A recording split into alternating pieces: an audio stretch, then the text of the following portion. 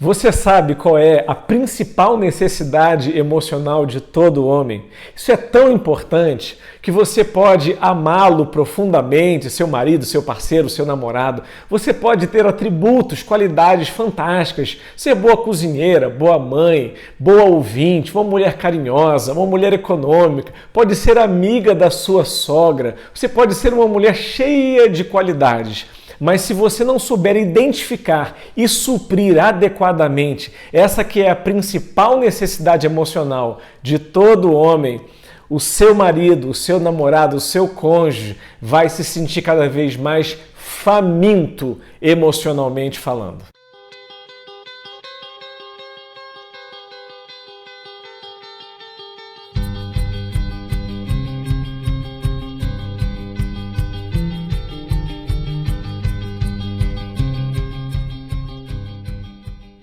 Sabe qual é a maior necessidade emocional de todo homem?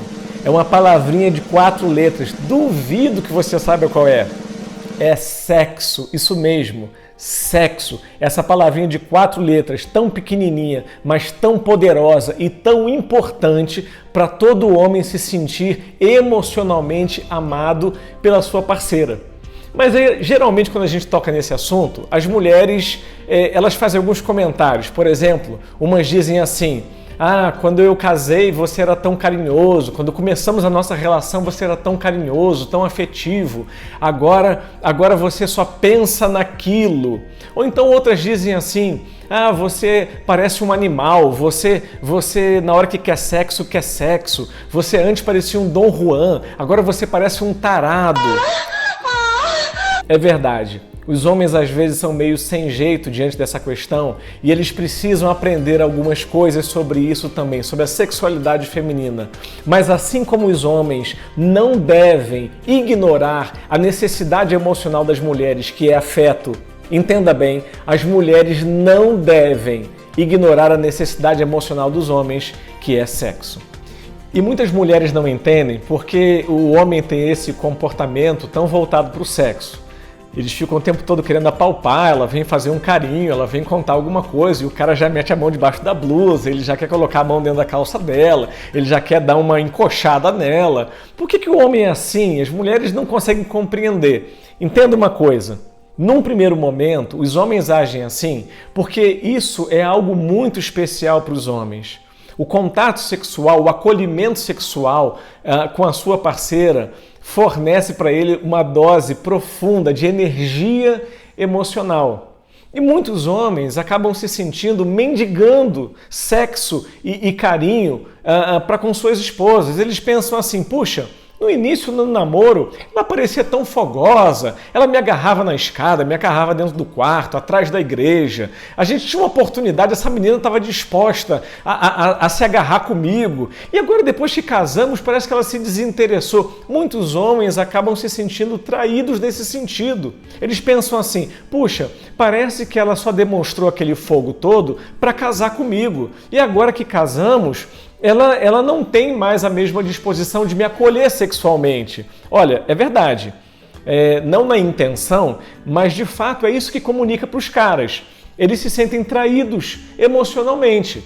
Bom, a mesma coisa as mulheres. No início, os caras são muito carinhosos, são muito afetivos, eles dão flor, eles andam de mão dada, eles ligam, eles mandam mensagem e depois eles só querem sexo. Então, as mulheres se sentem traídas também. Então veja bem, existem muitas formas de traição e uma das formas de traição, além daquela traição mais conhecida e temida, que é o adultério, né, que é ter um caso extraconjugal, existem muitas formas de traição que precedem essa traição, que é o adultério, né? Que é o caso, a relação extraconjugal. Então, quando eu convido alguém para um casamento, eu estou implicitamente dizendo o seguinte: eu vou suprir você emocionalmente. A grande necessidade delas, afeto. A grande necessidade dos rapazes, sexo. E quando isso não é oferecido de forma abundante, generosa e gratificante para ambos, porque o sexo também só está bom para o homem quando ele percebe que a sua parceira está desfrutando daquele momento, senão ele também não curte aquilo. Deixa eu fazer aqui uma observação. A gente está vivendo numa sociedade extremamente erotizada. A indústria da pornografia tem degenerado a mente dos rapazes. Os caras recebem pornografia pelo celular, em grupo de amigos, de WhatsApp, de faculdade. Os caras acessam pornografia no trabalho. Os caras, para venderem produtos, têm que colocar a mulher de microbiquíni. Então, veja bem, toda essa hipersexualização, essa sociedade que está extremamente erotizada, isso tudo não faz bem à sexualidade masculina. Um grande amante não precisa disso para satisfazer a sua companheira. Então, não é disso que eu estou falando. Isso aí é uma hipererotização, uma sexualização demasiada que faz inclusive com que os caras estejam demasiadamente dispostos para o sexo. Não é? E acabam realmente vivendo uma incompatibilidade com as suas parceiras. Então, não é disso que eu estou falando. Eu estou falando da sexualidade saudável, equilibrada. Mas entenda, menina, feita essa diferença, sim, sexualidade, o sexo abundante e prazeroso dentro do casamento é uma necessidade emocional que precisa ser suprida ao seu companheiro. É muito importante você entender essa grande necessidade emocional dos homens, exatamente por causa do poder do sexo. A gente percebe o poder do sexo, o poder que o sexo tem, o poder que a atração sexual tem sobre a figura masculina, sobre o homem, quando a gente vê um homem jogando tudo fora por causa de prazer sexual. Jogando fora um bom casamento, jogando fora um bom emprego, jogando fora uma posição importante na sociedade, seja religiosa ou seja política. E esse é o poder do sexo, ele acaba levando os caras a pensarem mais com a cabeça de baixo do que com a cabeça de cima. E veja bem, isso aí não pode ser julgado, avaliado apenas moralmente. A gente tem que compreender que sim, isso é um problema que tem uma dimensão moral, mas tem algo anterior que é uma dimensão emocional. Aliás, as estatísticas dizem o seguinte: 50% dos casamentos, ou seja, a cada 2 casamentos, um casamento passa ou já passou ou vai passar por alguma situação de infidelidade conjugal. E isso é sério. Mas eu tenho certeza que você se casou para fazer seu companheiro feliz e ele também. E entenda, isso só vai acontecer se nós nos tornarmos hábeis em suprir as necessidades emocionais um do outro. A gente não quer que o nosso casamento passe por uma situação tão terrível, catastrófica como essa, tão doída, de uma infidelidade conjugal, seja em que nível for. E para isso a gente pode trabalhar para prevenir que isso aconteça. 2 caminhos principais de prevenção para a gente manter um casamento feliz, um casamento forte, um casamento onde ambos os cônjuges se sintam supridos emocionalmente e não famintos emocionalmente. Primeiro, é necessário entender as diferenças que existem da sexualidade masculina e feminina. Os homens, eles têm muito mais testosterona, é um hormônio. As mulheres têm também a testosterona, inclusive as mulheres que começam a fazer reposição de testosterona ficam muito mais animadas para o sexo. É uma questão que tem uma dimensão hormonal. Mas os homens, eles têm originalmente muito mais testosterona do que as mulheres. E esse hormônio, em parte, é responsável por esse comportamento mais voraz, que gera mais prontidão para a atividade sexual. Os homens também, desde muito cedo, aprendem a se masturbar, a se automanipular, a conhecer o seu próprio corpo. 50% das mulheres nunca deu prazer a si mesmo, nunca se masturbou. Isso faz com que homens e mulheres cheguem no casamento com uma atitude, uma experiência muito diferente com relação à sexualidade. Os homens chegam muito mais animados, muito mais dispostos, aliás, estão prontos o tempo todo. Né? O homem já acorda disposto para a sexualidade, o homem já acorda excitado, a mulher já acorda cansada, já acorda querendo dormir mais. Né? São diferenças.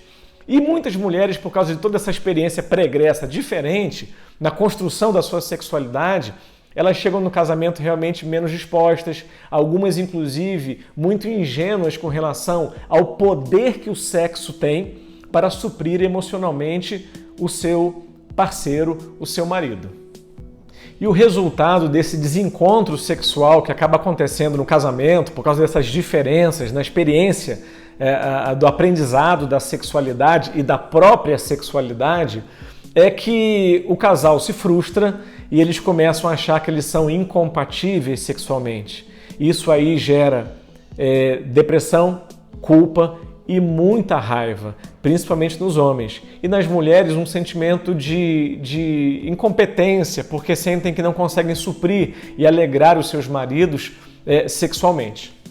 Então o primeiro caminho para prevenir, para fortalecer o nosso casamento contra um acidente de um caso, de um adultério, primeiro é entender as diferenças sexuais entre homem e mulher. E o segundo é acabar com a ignorância, superar a ignorância sexual que nós temos, tanto homem quanto mulher. O homem, ele pensa que sabe tudo, mas ele conhece muito a própria sexualidade. A sexualidade da mulher é muito diferente.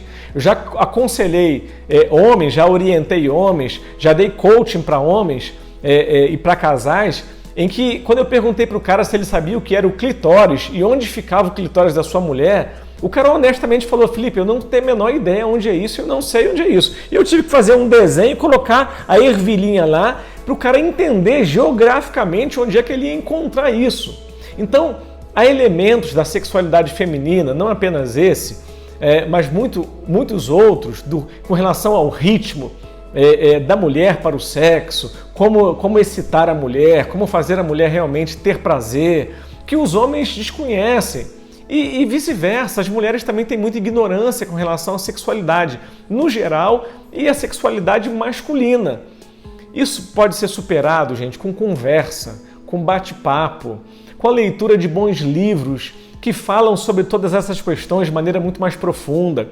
Falem sobre o que vocês conhecem um para o outro, partilhem o próprio conhecimento da sexualidade um para o outro. Mulher, guie o seu marido, fale para ele: ah, Felipe, eu tenho vergonha de falar dessas coisas. Grava um vídeo, escreve, mas o seu marido precisa entender quais são os caminhos para agradar você e vice-versa. Vocês precisam conversar sobre isso. Gente, diálogo é o pão nosso de cada dia do casamento.